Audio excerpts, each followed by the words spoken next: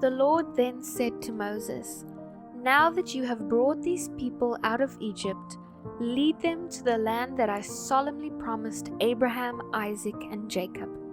I told them long ago that I would give this land to their descendants, and I will send an angel before you to drive out the Canaanites, Amorites, Hittites, Perizzites, Hivites, and Jebusites.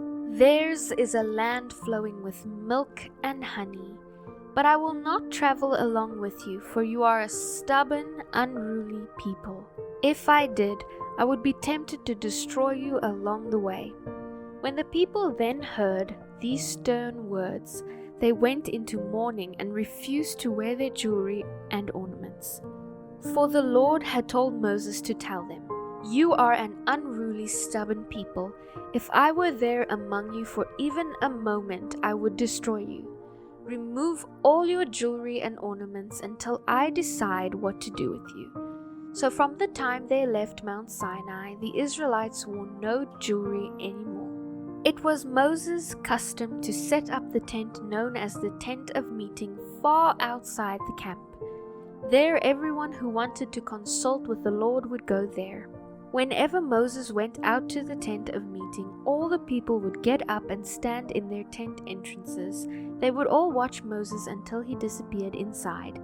As he went into the tent, the pillar of cloud would come down and hover at the entrance. While the Lord spoke with Moses, then all the people would stand and bow low at their tent entrances. Inside the tent of meeting, the Lord would speak to Moses face to face, as a man speaks to his friend. Thereafter Moses would return to camp, but the young man who assisted him, which was Joshua son of Nun, stayed behind in the tent of meeting. Moses said to the Lord, "You have been telling me, 'Take these people up to the promised land.' But you haven't told me whom you will send with me. You call me by name and tell me I have found favor with you. Please, if this is really so, show me your intentions so I will understand you more fully and do exactly what you want me to do. Besides, don't forget that this nation is your very own people." The Lord then replied, "I will personally go with you, Moses. I will give you rest. Everything will be fine for you." Thereafter Moses replied, "If you don't go with us personally, don't let us move a step from this place. If you don't go with us, how will anyone ever know that your people and I have found favor with you? How else will we know we are special and distinct from all other people on earth?" The Lord then replied to Moses, "I will indeed do what you have asked, for you have found favor with me and you are my friend." Moses then had one more request. "Please, let me see your glorious presence," he said. The Lord replied, "I will make all my goodness pass before you, and I will call out my name, the Lord, to you. I will show kindness to anyone I choose, and I will show mercy to anyone I choose. But you may not look directly at my face, for no one may see me and live." The Lord continued, "Stand here on this rock beside me, as my glorious presence passes by. I will put you in the cleft of the rock, and cover you with my hand until I have passed. Then I will remove my hand, and you will see me from behind, but you will not see my face." The Lord then told Moses, "Prepare 2 stone tablets like the first ones. I will write on them the same words that were on the tablets you smashed. Be ready in the morning to come up Mount Sinai and present yourself to me there on the top of the mountain. No one else may come with you. In fact, no one is allowed anywhere on the mountain. Do not even let the flocks or herds graze near the mountain." Moses then cut 2 tablets of stone like the first ones. Early in the morning he climbed Mount Sinai, as the Lord had told him, carrying those 2 tablets in his hands. Thereafter the Lord came down in a pillar of cloud and called out his own name, the Lord. As Moses stood there in his beautiful presence, he passed in front of Moses and said, "I am the Lord. I am the Lord, the merciful and gracious God. I am slow to anger and rich in unfailing love and faithfulness. I show this unfailing love to many thousands by forgiving every kind of sin and rebellion. Even so, I do not leave sin unpunished, but I punish the children for the sins of their parents to the third and fourth generations." Moses immediately fell to the ground and worshipped. He then said, "If it is true that I have found favor in your sight, O Lord, then please go with us. Yes, this is an unruly, stubborn people, but I ask, please pardon our iniquity and our sins. Accept us as your own special possession." The Lord then answered, "All right, this is the covenant I am going to make with you.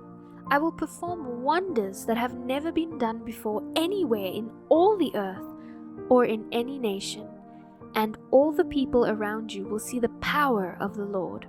The awesome power I will display through you.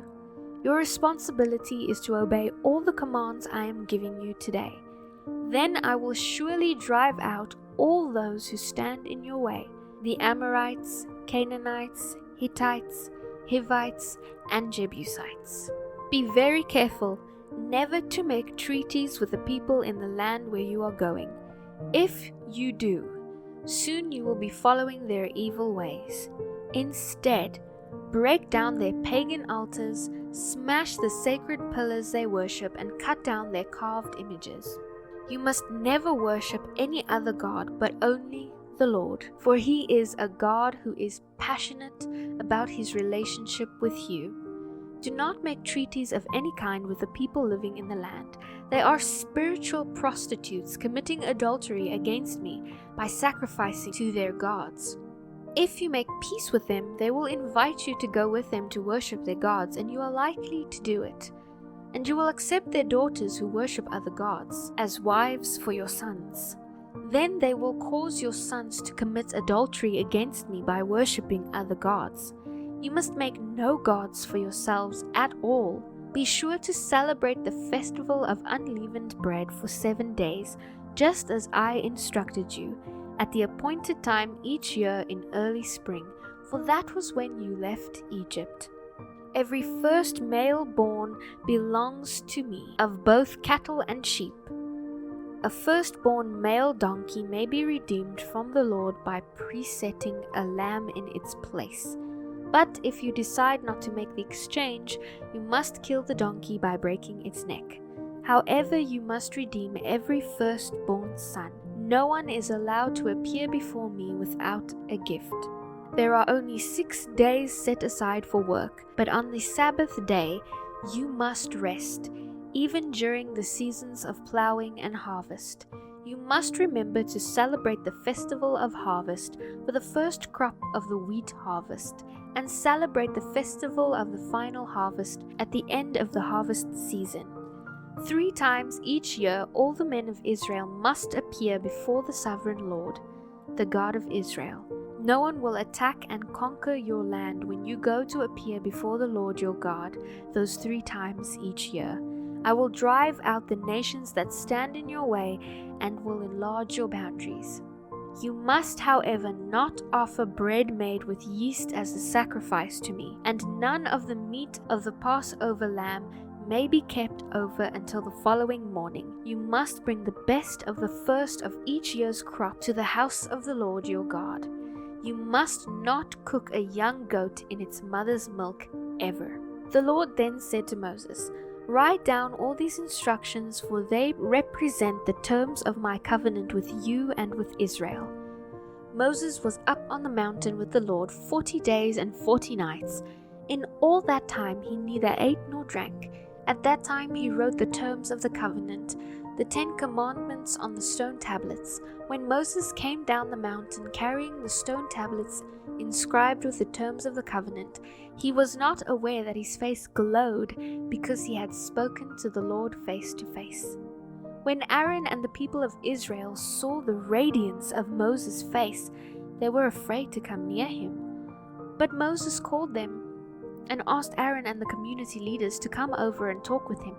Thereafter all the people came, and Moses gave them the instructions the Lord had given him on Mount Sinai.